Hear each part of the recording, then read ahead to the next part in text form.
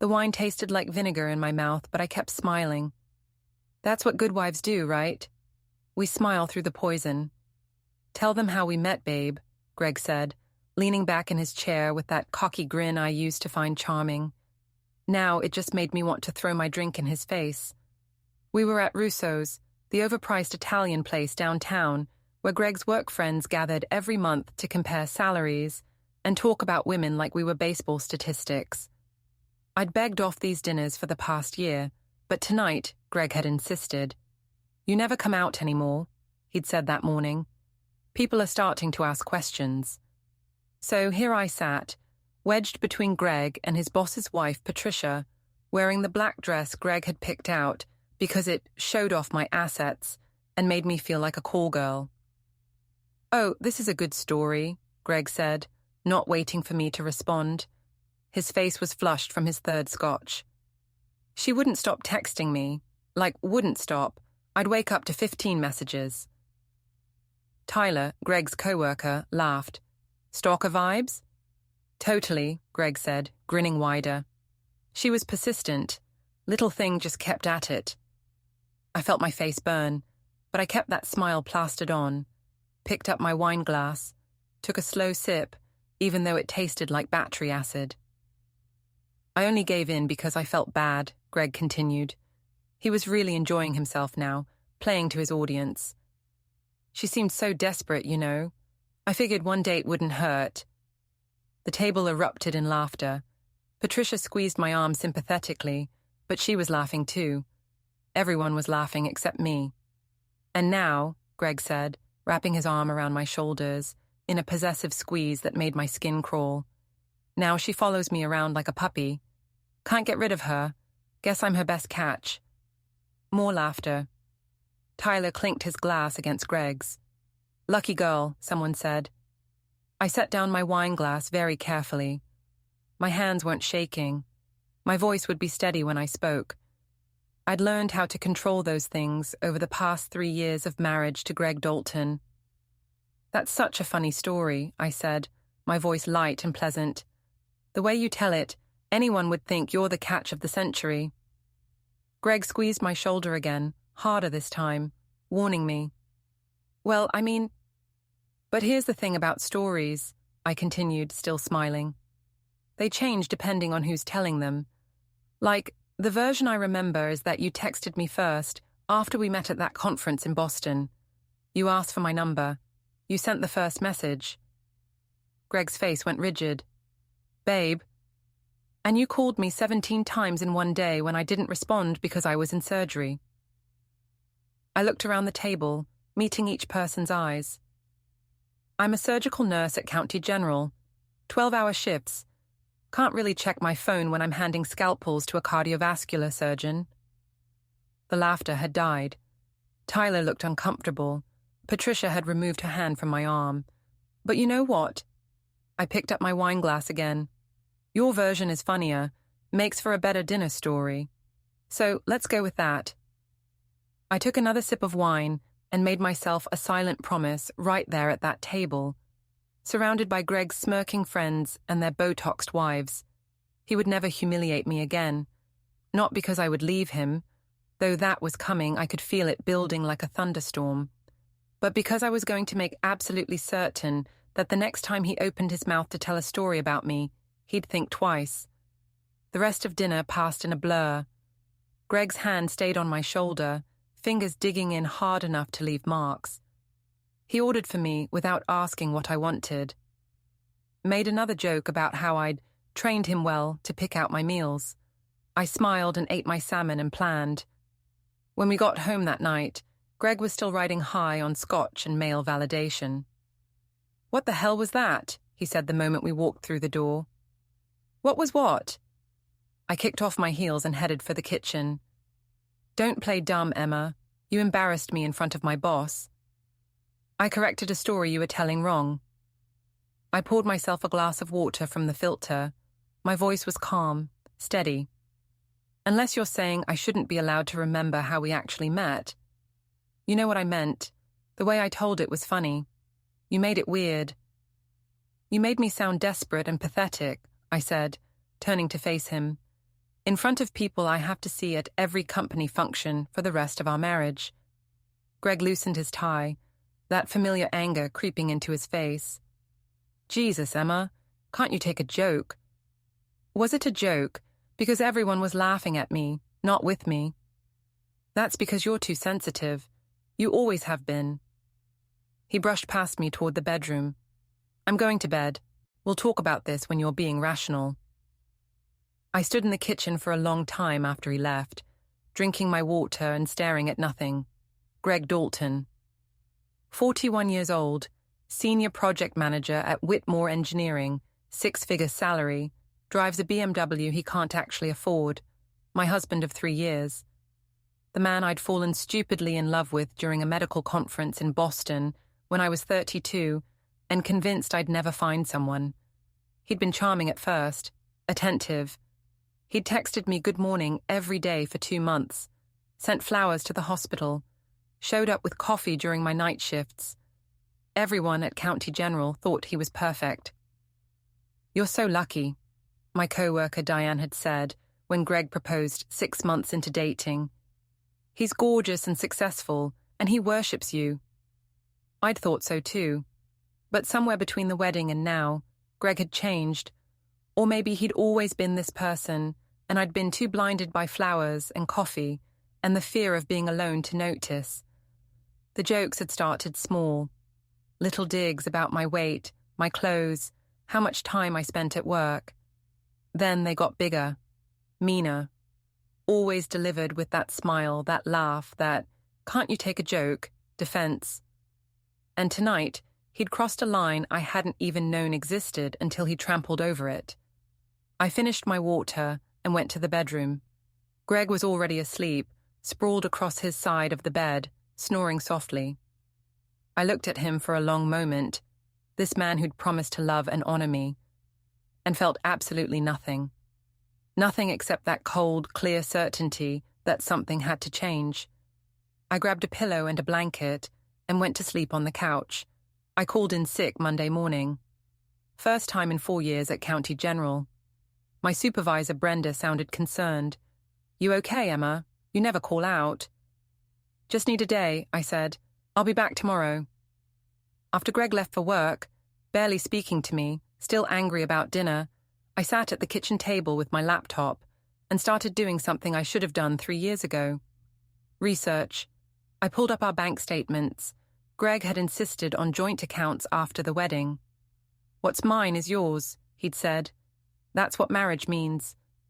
Except what's mine was apparently his too, because our savings account was nearly empty. We'd had $43,000 in there last year. Now there was $8,000. I clicked through transactions, charges at Rousseau's, not just the monthly dinners, but lunches, private dinners, bar tabs that ran into the hundreds, charges at a men's clothing store I didn't recognize, a payment to something called premium memberships for $500 a month, going back 18 months. I Googled premium memberships. It was a dating app. My hand started shaking then, but I kept clicking, kept digging. Found credit card statements Greg had hidden in his email. $38,000 in debt I didn't know about. Hotel charges in cities where he'd claimed to be visiting clients. Jewelry purchases from stores I'd never received gifts from. By noon, I had a complete picture of my husband's secret life, and I wanted to vomit. Instead, I made copies of everything, saved it all to a flash drive, uploaded it to a cloud storage account Greg didn't have access to. Then I called my sister. Rachel, I need your help. Rachel Mitchell was 45, divorced twice, and the smartest person I knew. She worked as a paralegal at a law firm downtown and had exactly zero tolerance for men who thought they could get away with anything. What's wrong? She asked immediately. I told her everything. The dinner, the humiliation, the bank statements, the dating app. My voice stayed steady through all of it. I'd cried myself empty last night on the couch. When I finished, Rachel was quiet for a moment. Then, that son of a bitch. Yeah. You need to leave him, Emma. I know. I'm serious. Today, Right now. Pack a bag and... No, I said. Not yet. Emma, I need to do this right, Rachel. I need to make sure I'm protected, that he can't screw me over in the divorce. I paused. Can you help me find a lawyer? Rachel exhaled slowly. Yeah, I can do that. I know someone. Elizabeth Grant. She's brutal. Good. But Emma, promise me you'll be careful. If he's got a dating app and he's spending money you don't know about... I'll be careful, I said. I promise. We hung up and I sat there staring at my laptop screen, at the evidence of Greg's betrayal, spread out in neat little rows of numbers and dates. He'd made me look like a desperate, clingy wife in front of his friends. He'd spent our savings on God knows what. He was probably cheating on me. And he was about to find out exactly what happened when you pushed Emma Brennan too far. I met with Elizabeth Grant on Tuesday afternoon. She was 50-something, with steel grey hair and a handshake like a vice grip. Don't wait up. I got in my car and drove. Didn't know where I was going. Didn't care. Just drove until the shaking in my hands stopped and I could breathe again. My phone started ringing. Kyle. I declined the call. He called again. Again. Finally, I turned my phone off. I ended up at a coffee shop 3 towns over, sitting in a corner booth with a latte I didn't want, staring at nothing.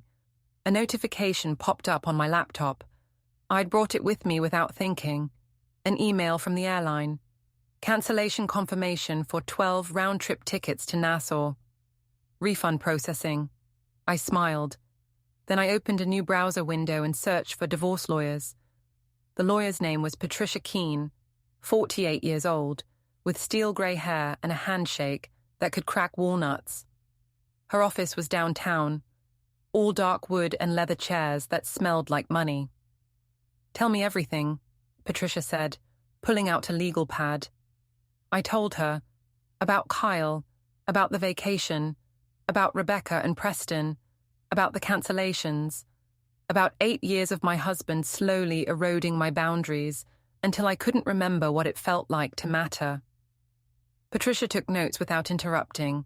When I finished, she set down her pen. First question, are you sure? Divorce is expensive and emotionally draining.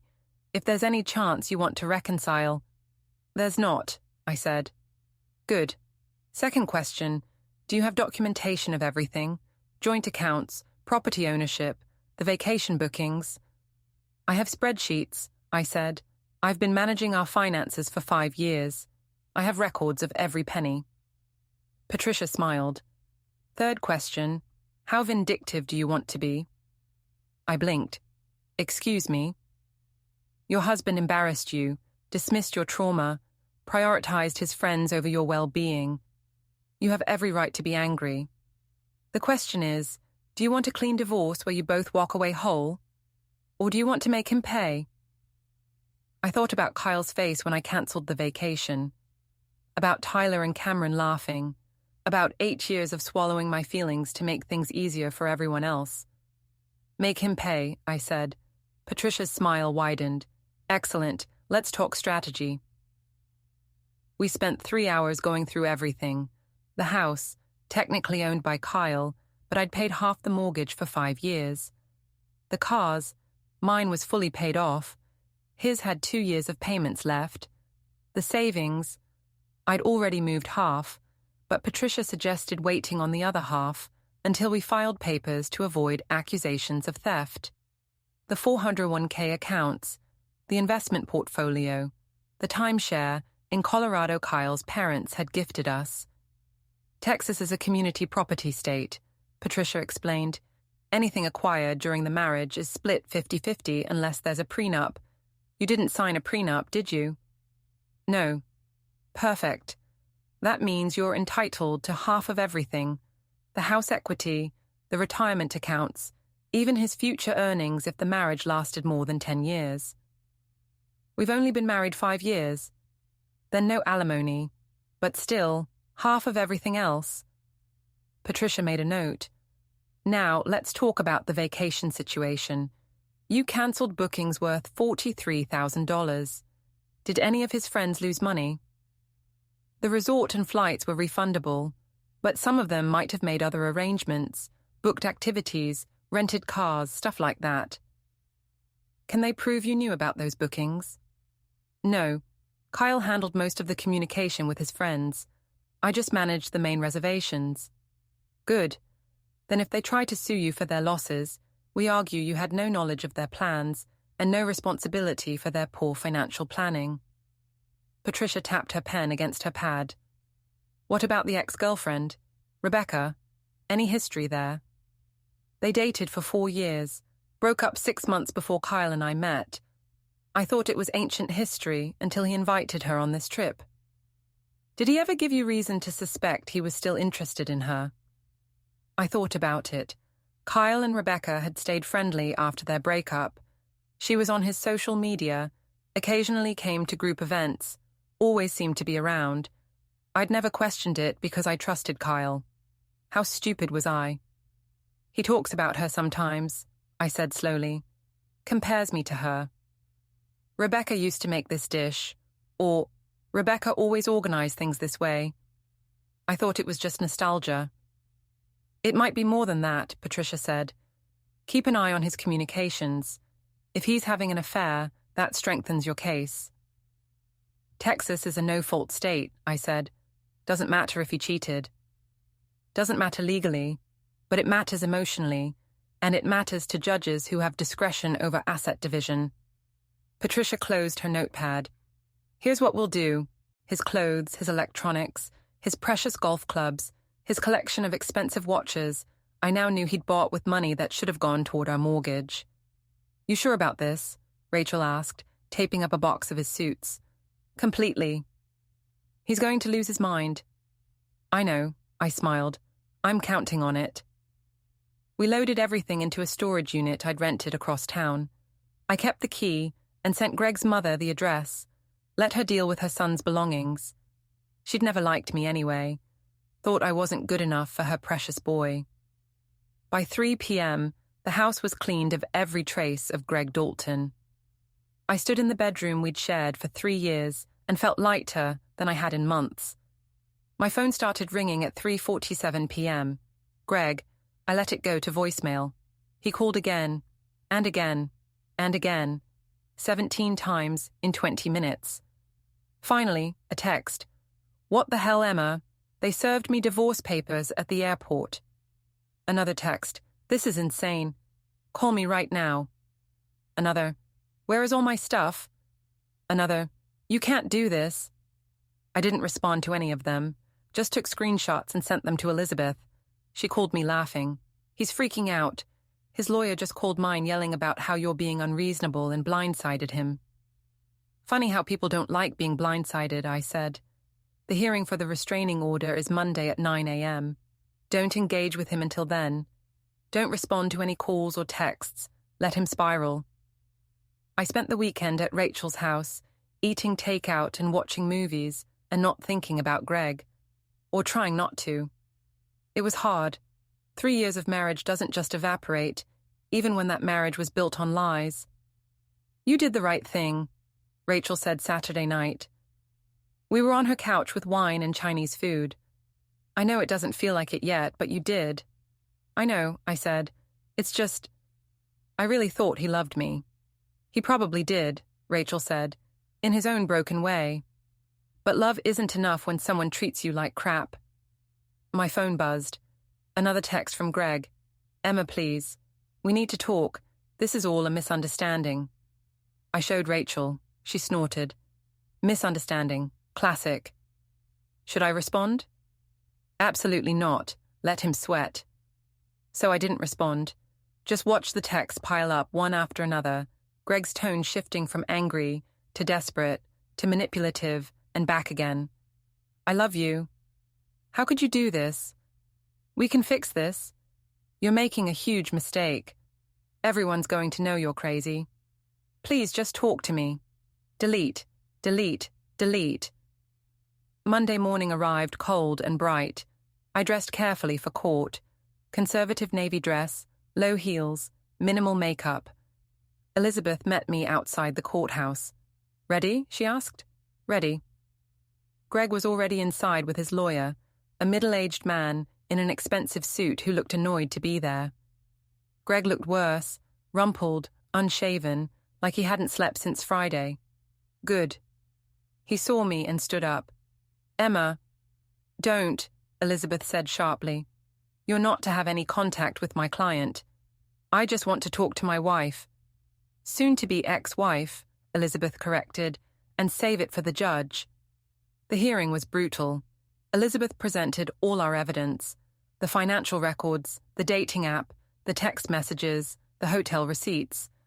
Greg's lawyer tried to argue that it was circumstantial, that there were innocent explanations.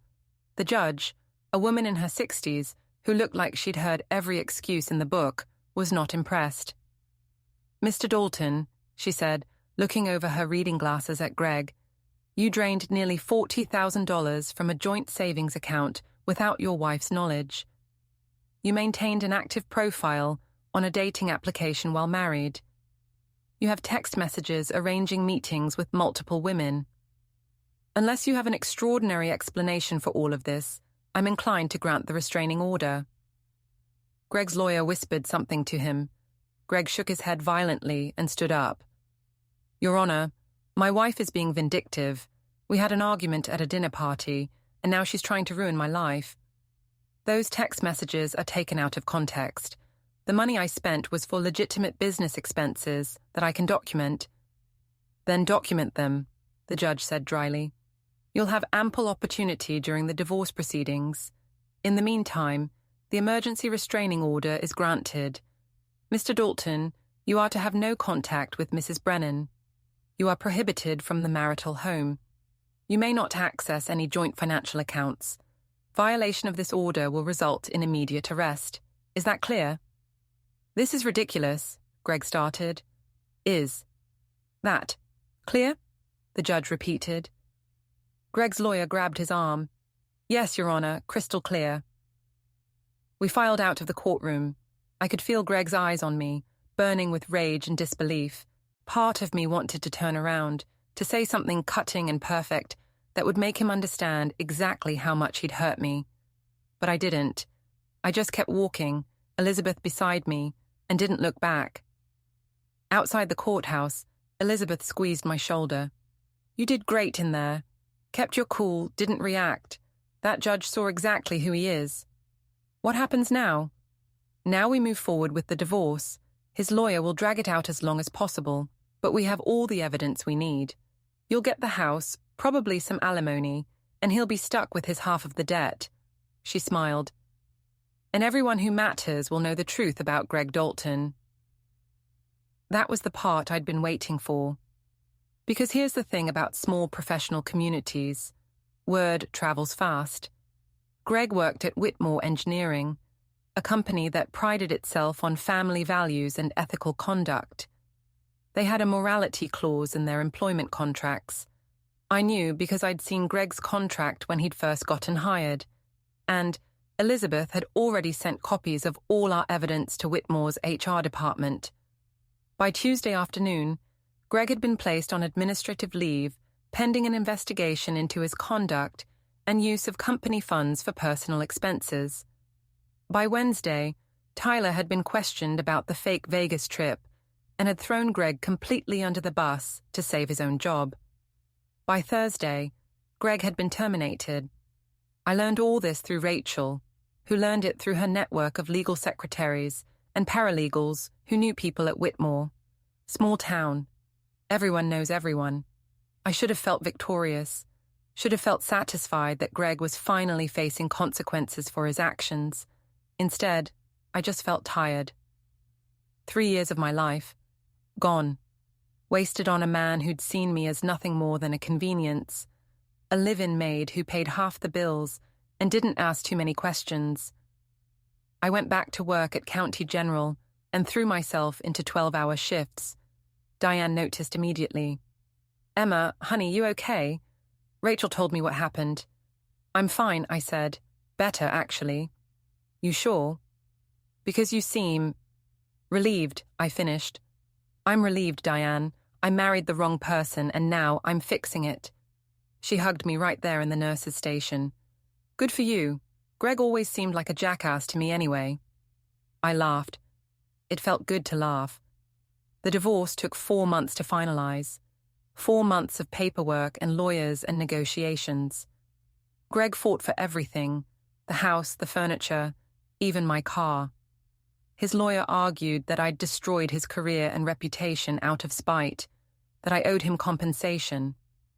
Elizabeth destroyed every argument with facts and evidence and a cold clinical efficiency that would have scared me if she weren't on my side. In the end, I got the house. Greg got his car and half the furniture and a payment plan for his half of the debt he'd accumulated. The judge ordered him to pay me spousal support for 2 years. Not much, but enough to cover the difference in what he'd stolen from our savings. And most importantly, the judge's final ruling included a detailed explanation of why she'd ruled in my favor. Greg's financial dishonesty, his infidelity, his misuse of marital assets. It was all public record. Anyone who wanted to know why Emma and Greg Dalton got divorced could look it up and see exactly what kind of man Greg really was. I signed the final papers on a Tuesday morning in Elizabeth's office. My hand was steady. I felt nothing except relief. "Congratulations," Elizabeth said, shaking my hand. "You're officially divorced.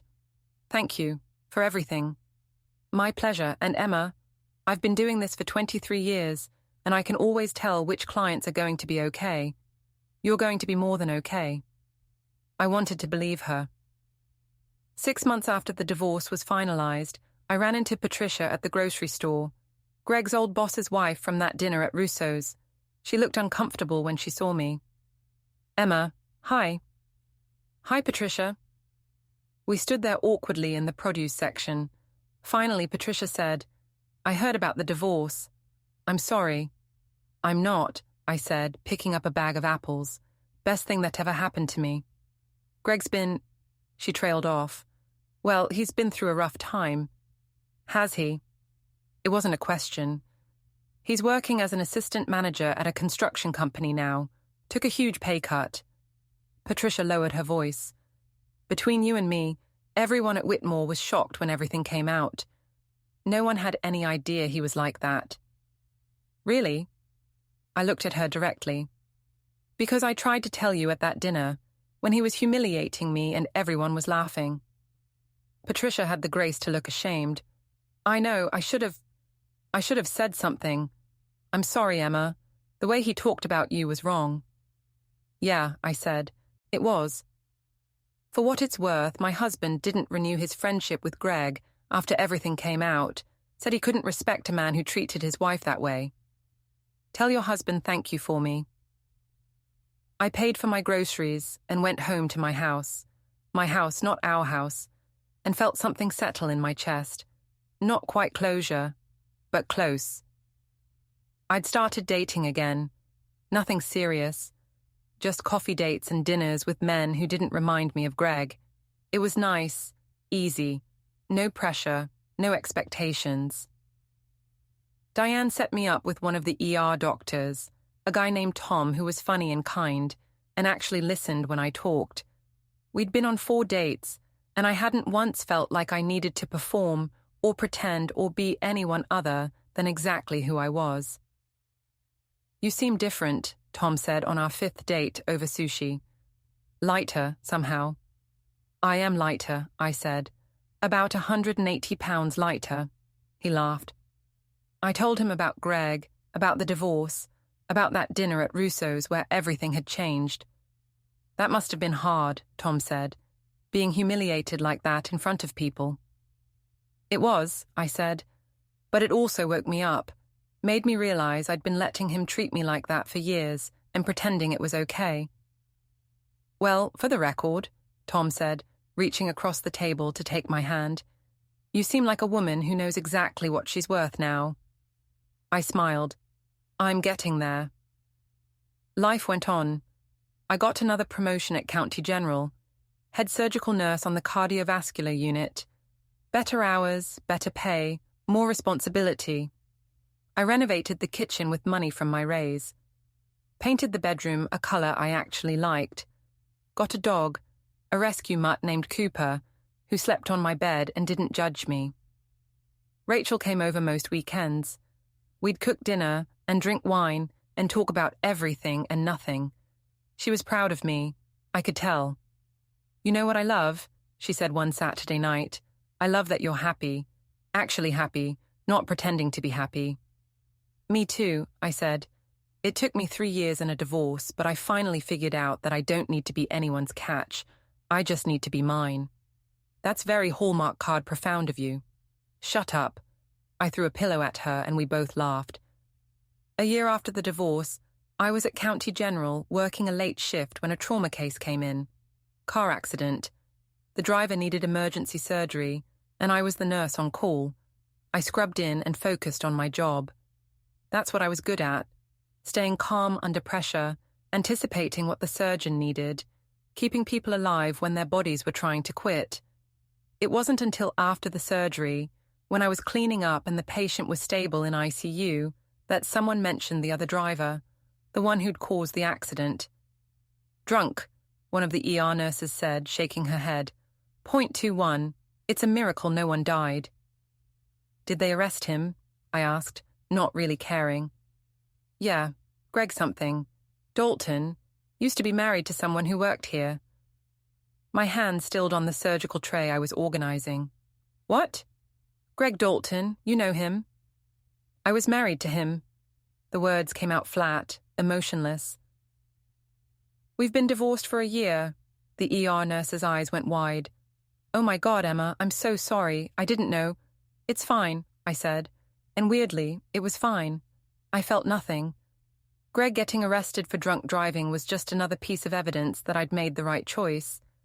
I finished my shift, went home to Cooper, and didn't think about Greg at all. But apparently, Greg thought about me. Because 3 days later, I got a letter. Not an email, not a text. An actual letter, hand-delivered to my house by someone I didn't recognize. I almost threw it away unopened, but curiosity won. The letter was 4 pages long, handwritten on college-ruled notebook paper. Greg's handwriting had always been terrible. "Dear Emma," it started, "I know I'm probably the last person you want to hear from. I know I don't have the right to ask you for anything, but I'm in jail and I'm broke and I'm losing everything, and I need you to know that I'm sorry." I kept reading. He wrote about losing his job, his apartment, his friends, about the DUI, the court date, the potential prison time, about how he'd hit rock bottom and finally realized what he'd lost when he lost me. "You were the best thing that ever happened to me," he wrote. "I was too stupid and selfish to see it. I treated you like garbage and you deserved so much better. I humiliated you at that dinner, and I've never forgiven myself. If I could take it all back, I would. If I could be the man you thought I was when we got married, I would be. But I can't. I screwed up everything, and now I'm paying for it. I'm not asking you to forgive me. I don't deserve forgiveness. I just wanted you to know that I'm sorry, that you were right to leave, that I hope you're happy now. You deserve to be happy. Love, Greg."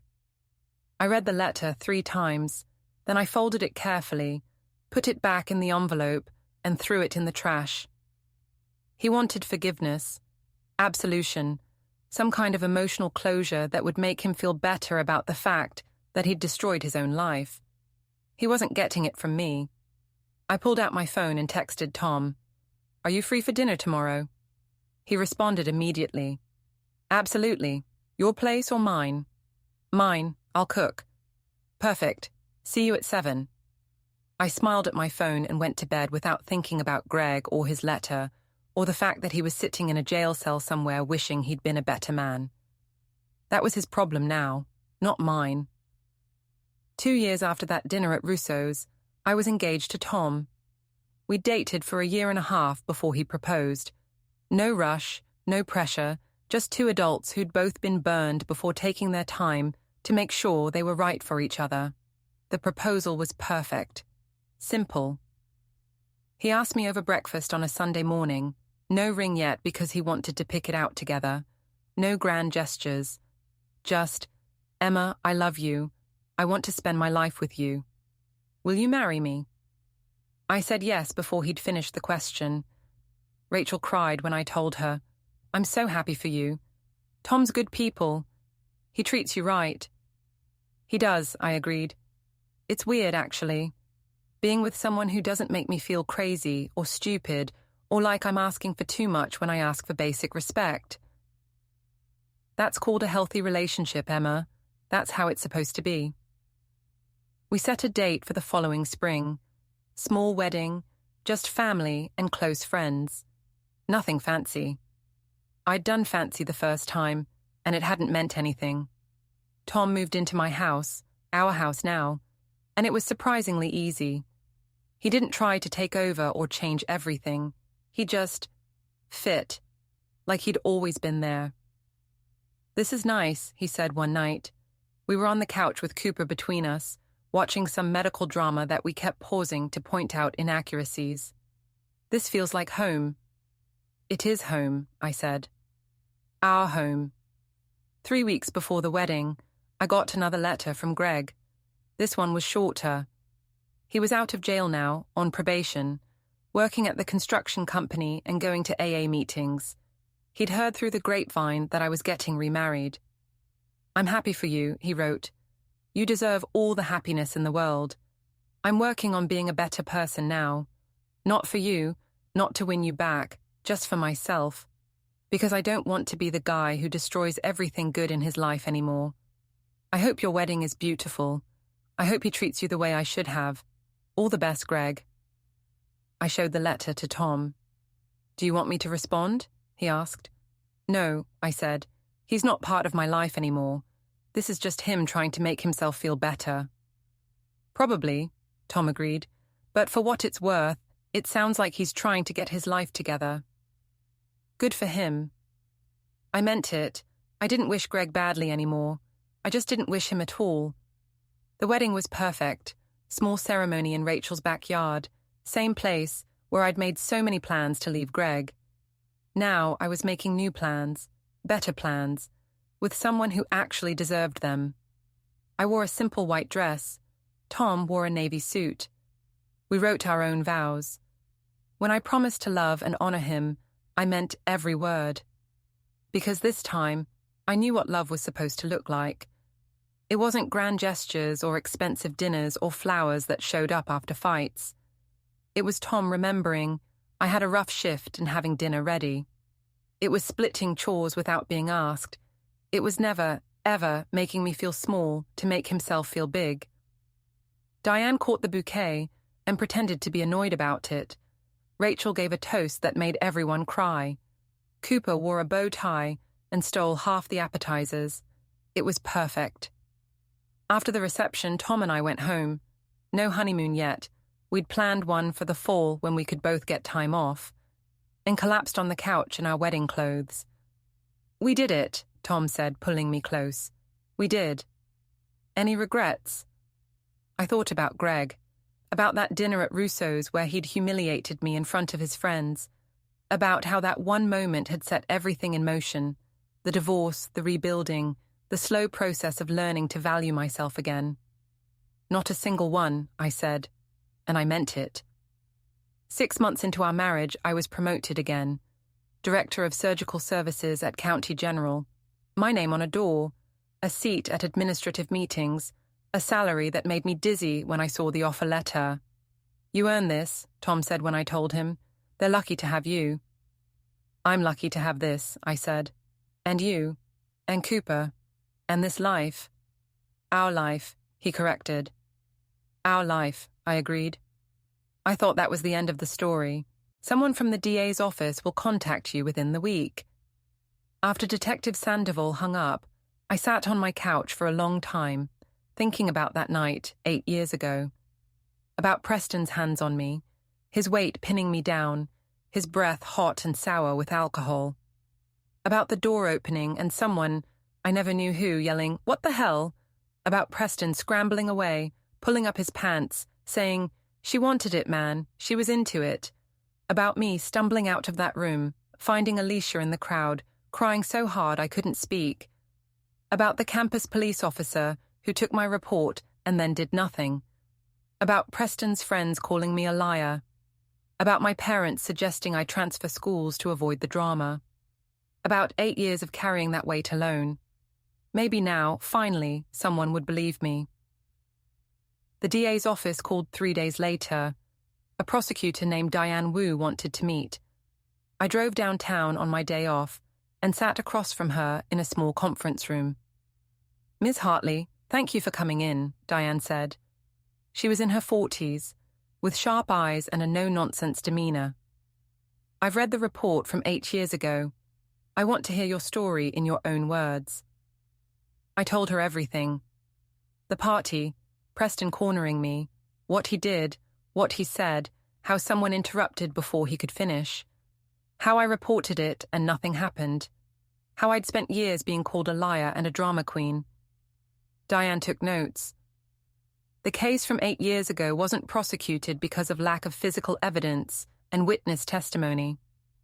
Preston claimed it was consensual. You were both intoxicated.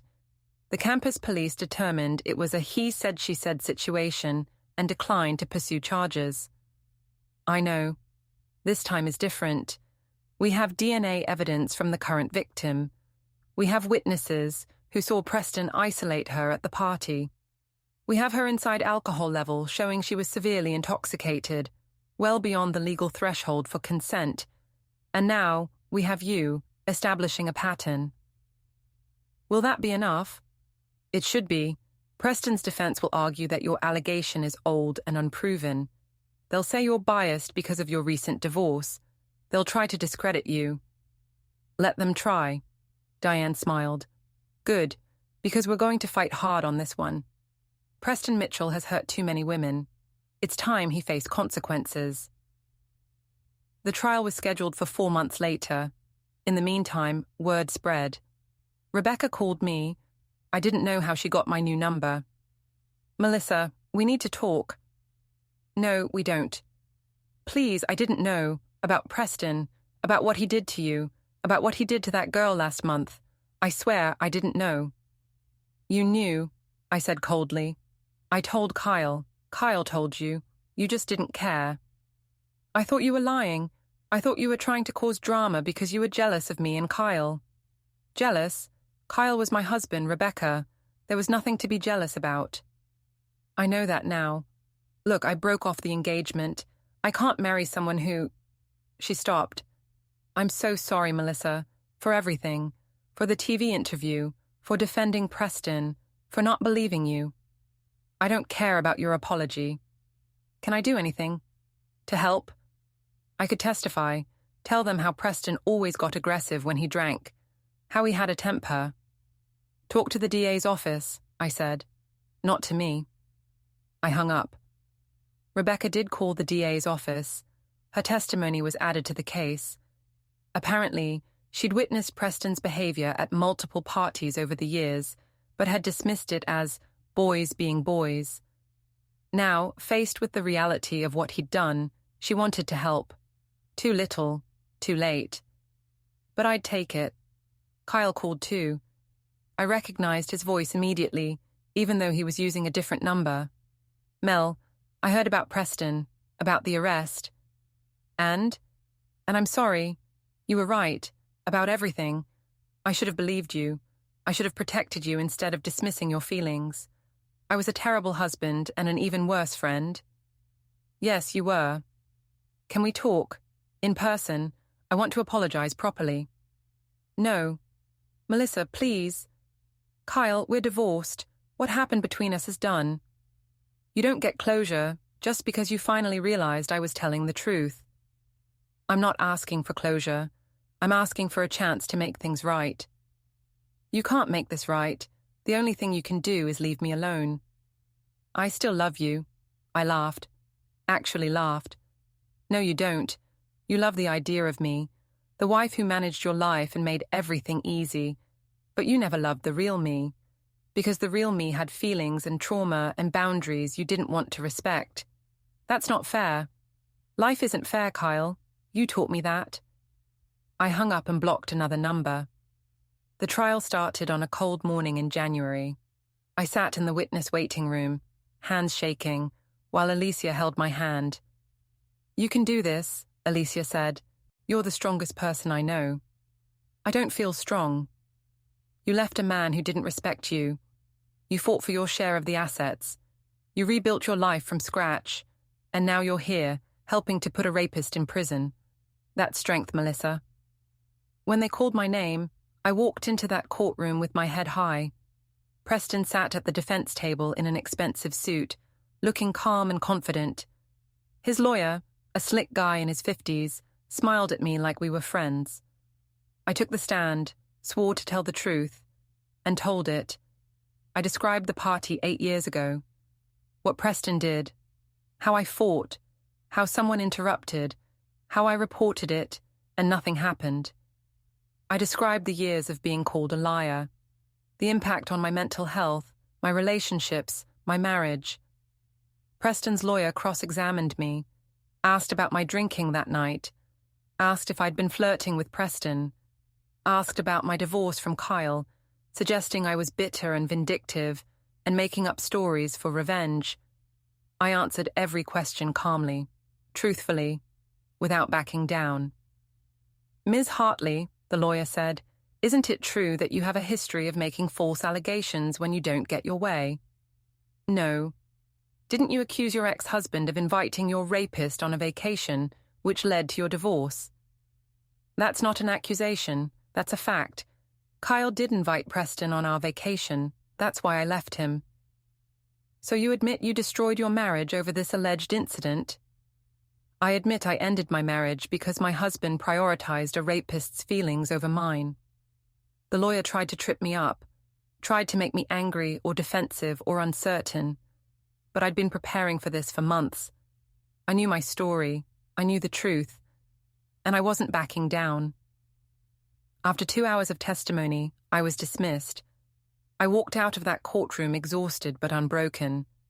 The current victim testified next. She was young and terrified, but she told her story clearly. Described Preston isolating her at the party, giving her drinks that were stronger than she realized, leading her to a bedroom. What he did while she was too drunk to fight back. Her testimony was devastating. Even Preston's lawyer couldn't shake her. Rebecca testified. Described Preston's history of aggressive behavior at parties, how he'd brag about conquests, how she'd ignored red flags because she wanted to believe he was a good person. "I was wrong," Rebecca said on the stand, her voice breaking. "I enabled him, I defended him, I called his victims liars, and I'm sorry. I'm so sorry." The jury deliberated for 6 hours. When they came back, the verdict was unanimous, guilty on all counts.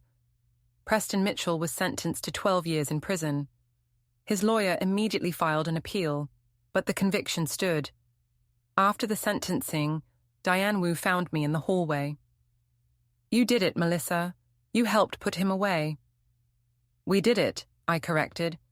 "The victim did it. She was braver than I ever was." "You were brave 8 years ago when you reported it. You were brave when you testified. You were brave when you refused to let anyone silence you." Diane squeezed my shoulder. "Thank you." I went home that night to my small apartment, made dinner, poured a glass of wine, and sat on my couch thinking about everything that had happened. A year ago, I'd been married to Kyle, living in a house I didn't really own, planning a vacation that would have destroyed me, pretending everything was fine. Now I was divorced, living alone and free. Preston was in prison. Rebecca had apologized. Kyle had learned, too late, that I'd been telling the truth all along. I'd lost a marriage, but I'd gained myself back. My phone buzzed. A text from Alicia. "Dinner tomorrow. I'm buying." I smiled and texted back. "Deal." Another text came through. "Unknown number. This is Kyle. I know you blocked me. I just wanted to say I saw the verdict. I'm proud of you. You were always stronger than I gave you credit for. I'm sorry I didn't see it sooner. Take care of yourself, Melissa. You deserve everything good." I read the message twice. Then I deleted it without responding. Kyle didn't get to be proud of me, Didn't get to act like he'd been supportive. He'd had his chance to stand by me, and he'd chosen Preston and Rebecca instead. But that was his problem now. His regret, his guilt, his loss. I was done carrying other people's emotional baggage. I finished my wine and went to bed. Tomorrow I'd wake up in my apartment, go to my job, live my life. A life where I didn't have to smile through other people's cruelty. A life where I could say no and mean it. A life that was entirely, completely mine. The vacation Kyle had planned never happened. The group had fallen apart after I cancelled the bookings. Some blamed Kyle for inviting Preston. Others blamed me for overreacting. Tyler and Cameron had stopped talking to Kyle entirely after Rebecca admitted she'd been using him. The house Kyle had fought so hard to keep had been sold at a loss when he couldn't afford the mortgage alone. Last I heard, he was renting a one-bedroom apartment across town and working longer hours to cover his expenses. Rebecca had moved to another state, trying to escape the publicity from Preston's trial. She'd posted a long apology on social media, admitting she'd been wrong about everything. I never read it. Preston's appeals were denied. He'd served the full 12 years. And me? I got a promotion at work, started dating again, carefully, slowly, with clear boundaries. Took a real vacation to Hawaii with Alicia. Bought new furniture for my apartment. Started therapy to process everything I'd been through. I didn't forgive Kyle. Didn't forgive Rebecca. Didn't forgive any of them. But I didn't hate them either. They were just people who'd taught me what I wouldn't accept anymore. What I wouldn't tolerate. What I was worth. 1 year after the divorce was finalized, I ran into Kyle at a coffee shop. We both froze when we saw each other. "Melissa," he said quietly. "Kyle." We stood there awkwardly for a moment. He looked older, tired, like the past year had aged him a decade. "You look good," he said finally. "Thank you. Are you happy?" I thought about it. About my apartment and my job and my friends and my life. About waking up without dread. About making decisions without second-guessing myself. About being alone and liking it. "Yes," I said. "I am." Kyle nodded. "Good, that's good. What about you?" "Getting there. Therapy helps, so does not being a jackass to people who don't deserve it." Despite myself, I smiled. "That's progress." "Yeah."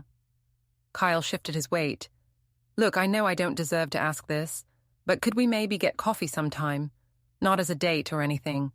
Just as two people who used to know each other." "No," I said gently. "I don't think that's a good idea." "Right, of course." He looked down. "For what it's worth, I really am sorry. For everything. You deserved so much better than how I treated you." "I know. I hope you find someone who sees that, who treats you right." "I already found someone," I said. Kyle's face fell. "Oh, that's great. I'm happy for you." "Thanks." I paid for my coffee and left. Didn't look back. Didn't need to. Because the someone I'd found wasn't a boyfriend or a new husband. It was me, the version of myself who knew what she was worth, who wouldn't settle, who wouldn't smile through poison anymore. Kyle had tried to make me small, tried to make me doubt my own memory, my own feelings, my own value. He'd invited my rapist on our vacation and called me dramatic for objecting. He'd let his friends laugh at me. He'd let Rebecca trash me on television. He'd fought the divorce tooth and nail because he couldn't stand losing. And in the end, he'd lost everything: his wife, his savings, his reputation, his friends, his girlfriend. Everything he'd fought so hard to keep had crumbled in his hands. While I'd built something new, something stronger, something that couldn't be taken away because it was mine and mine alone. I drove home to my apartment that evening with the windows down and the radio loud, cooked dinner, called Alicia to tell her about running into Kyle, laughed at her creative suggestions for what I should have said to him. That night, I lay in bed thinking about that Sunday morning a year ago, about Kyle standing in our kitchen saying, "It's just a vacation," about his friends laughing at me, About the moment I decided I was done. I'd told Kyle I wouldn't join the family trip he organized. I'd cancelled the bookings. I'd bought myself a one-way ticket out of that marriage. I'd called my lawyer and watched their laughter die in real time. It was the best decision I'd ever made. Not because I'd gotten revenge, though watching Kyle lose everything he'd taken for granted had been satisfying, but because I'd gotten myself back. And that was worth more than any vacation, any marriage, any man who didn't deserve me could ever be. I fell asleep smiling. And when I woke up the next morning, I didn't think about Kyle at all. Didn't think about Preston or Rebecca or any of them. I just thought about what I wanted for breakfast and what I'd do with my day off and how lucky I was to be exactly where I was. Free, happy, whole. Finally whole.